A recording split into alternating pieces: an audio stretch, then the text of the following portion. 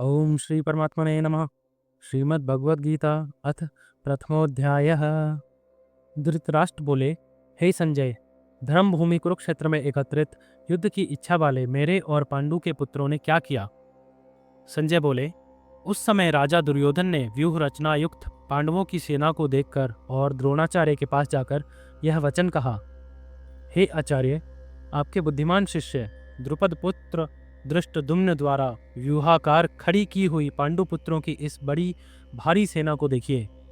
इस सेना में बड़े बड़े धनुषों वाले तथा युद्ध में भीम और अर्जुन के समान सूरवीर सात्यकी और विराट तथा महारथी राजा द्रुपद, दृष्टकेतु और चेकितान तथा बलवान काशीराज, पुरुजित, कुंतीभोज और मनुष्यों में श्रेष्ठ सैभ्य, पराक्रमी युधामन्यु तथा बलवान उत्तमौजा सुभद्रा पुत्र अभिमन्यु एवं द्रौपदी के पांचों पुत्र, ये सभी महारथी हैं।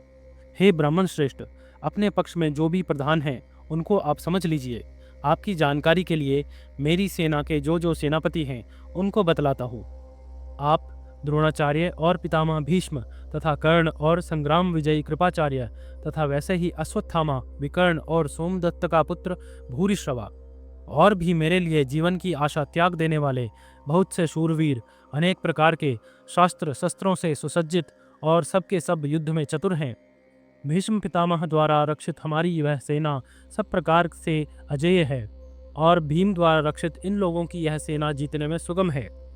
इसलिए सब मोर्चों पर अपनी अपनी जगह स्थित रहते हुए आप लोग सभी निसंदेह भीष्म पितामह की ही सब ओर से रक्षा करें। कौरवों में वृद्ध बड़े प्रतापी पितामह भीष्म ने उस दुर्योधन के हृदय में हर्ष उत्पन्न करते हुए उच्च स्वर से सिंह की दहाड़ के समान गरज कर शंख बजाया। इसके पश्चात शंख और नगाड़े तथा ढोल, मृदंग और नरसिंघे आदि बाजे एक साथ ही बज उठे। उनका वह स्वर बड़ा भयंकर हुआ।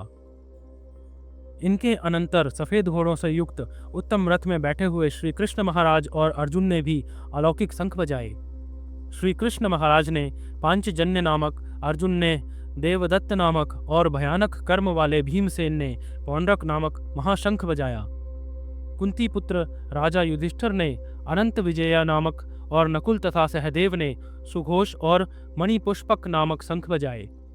श्रेष्ठ धनुष वाले काशीराज और महारथी शिखंडी एवं धृष्टद्युम्न तथा राजा विराट और अजेय सात्यकी, राजा द्रुपद एवं द्रौपदी के पांचों पुत्र और बड़ी भुजा वाले सुभद्रा पुत्र अभिमन्यु, इन सभी ने हे राजन सब ओर से अलग अलग शंख बजाए और उन भयानक शब्दों ने आकाश और पृथ्वी को भी गुंजाते हुए धृतराष्ट्रों के अर्थात आपके पक्ष वालों के हृदय विदीर्ण कर दिए। हे राजन, इसके बाद कपिध्वज अर्जुन ने मोर्चा बांधकर डटे हुए धृतराष्ट्र संबंधियों को देखकर उस शस्त्र चलने की तैयारी के समय धनुष उठाकर ऋषिकेश श्री कृष्ण महाराज से यह वचन कहे, हे अच्युत, मेरे रथ को दोनों सेनाओं के बीच में खड़ा कीजिए और जब तक कि मैं युद्ध श्रेष्ठ में डटे हुए युद्ध के अभिलाषी इन विपक्षी योद्धाओं को भली प्रकार देख लूं कि इस युद्ध रूप व्यापार में मुझे किन किन के साथ युद्ध करना योग्य है, तब तक उसे खड़ा रखिए। दुर्बुद्धि दुर्योधन का युद्ध में हित चाहने वाले जो जो ये राजा लोग इस सेना में आए हैं, इन युद्ध करने वालों को मैं देखूंगा। संजय बोले, हे धृतराष्ट्र, अर्जुन द्वारा इस प्रकार कहे हुए महाराज श्री कृष्णचंद्र ने दोनों सेनाओं के बीच में भीष्म और द्रोणाचार्य के सामने तथा संपूर्ण राजाओं के सामने उत्तम रथ को खड़ा करके इस प्रकार कहा कि हे पार्थ, युद्ध के लिए जुटे हुए इन कौरवों को देख। इसके बाद प्रथापुत्र अर्जुन ने उन दोनों ही सेनाओं में स्थित ताऊ चाचों को, दादों परदादों को, गुरुओं को, मामाओं को, भाइयों को, पुत्रों को, पौत्रकों को तथा मित्रों को, ससुरों को और सुहृदयों को देखा। उन उपस्थित संपूर्ण बंधुओं को देखकर वे कुंती पुत्र अर्जुन अत्यंत करुणा से युक्त होकर शोक करते हुए यह वचन बोले। अर्जुन बोले, हे कृष्ण, युद्ध में डटे हुए युद्ध के अभिलाषी इस स्वजन समुदाय को देखकर मेरे अंग शिथिल हुए जा रहे हैं और मुख सूखा जा रहा है तथा मेरे शरीर में कंप एवं रोमांच हो रहा है। हाथ से गांडीव धनुष गिर रहा है और त्वचा भी बहुत जल रही है तथा मेरा मन भ्रमित सा हो रहा है, इसलिए मैं खड़ा रहने को भी समर्थ नहीं हूँ। हे केशव, मैं लक्षणों को भी विपरीत ही देख रहा हूँ तथा युद्ध में स्वजन समुदाय को मारकर कल्याण भी नहीं देखता। हे कृष्ण, मैं ना तो विजय चाहता हूँ और ना राज्य तथा सुखों को ही। हे गोविंद, हमें ऐसे राज्य से क्या प्रयोजन। अथवा ऐसे भोगों से और जीवन से भी क्या लाभ है? हमें जिनके लिए राज्य भोग और सुखादि अभीष्ट हैं, वे ही ये सब धन और जीवन की आशा को त्याग कर युद्ध में खड़े हैं। गुरुजन, ताऊ चाचे, लड़के और उसी प्रकार दादे, मामे, ससुर, पौत्र, साले तथा और भी संबंधी लोग हैं। हे मधुसूदन, मुझे मारने पर भी अथवा तीनों लोगों के राज्य के लिए भी इन सबको मारना नहीं चाहता। फिर पृथ्वी के लिए तो कहना ही क्या है। हे जनार्दन, धृतराष्ट्र के पुत्रों को मारकर हमें क्या प्रसन्नता होगी? इन आतताइयों को मारकर तो हमें पाप ही लगेगा। अतएव हे माधव, अपने ही बांधव धृतराष्ट्र के पुत्रों को मारने के लिए हम योग्य नहीं हैं। क्यों, अपने ही कुटुंब को मारकर हम कैसे सुखी होंगे?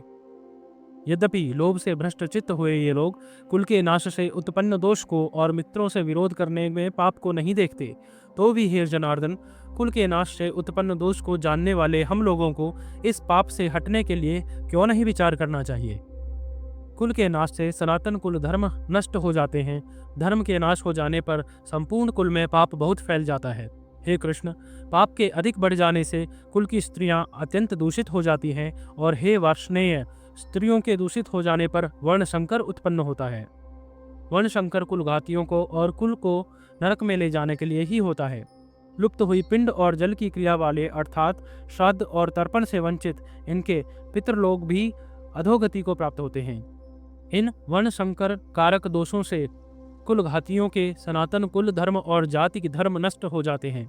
हे जनार्दन, जिनका कुल धर्म नष्ट हो गया है, ऐसे मनुष्यों का अनिश्चित काल तक नरक में वास होता है, ऐसा हम सुनते आए हैं। हाँ शोक, हम लोग बुद्धिमान होकर भी महान पाप करने को तैयार हो गए हैं, जो राज्य और सुख के लोभ से स्वजन को मारने के लिए उद्यत हो गए हैं। यदि मुझ शस्त्र रहित एवं सामना ना करने वाले को शस्त्र हाथ में लिए हुए धृतराष्ट्र के पुत्र रण में मार डालें, तो वह मरना भी मेरे लिए अधिक कल्याणकारक होगा। संजय बोले, रणभूमि में शोक से उद्विग्न मन वाले अर्जुन इस प्रकार कहकर बाण सहित धनुष को त्याग कर रथ के पिछले भाग में बैठ गए। इस प्रकार उपनिषद, ब्रह्म विद्या तथा योग शास्त्र रूप श्रीमद् भगवद गीता का श्री कृष्ण अर्जुन संवाद और अर्जुन विषाद योग नाम का पहला अध्याय संपूर्ण हुआ। जय श्री कृष्ण। हरिओम तत्सत।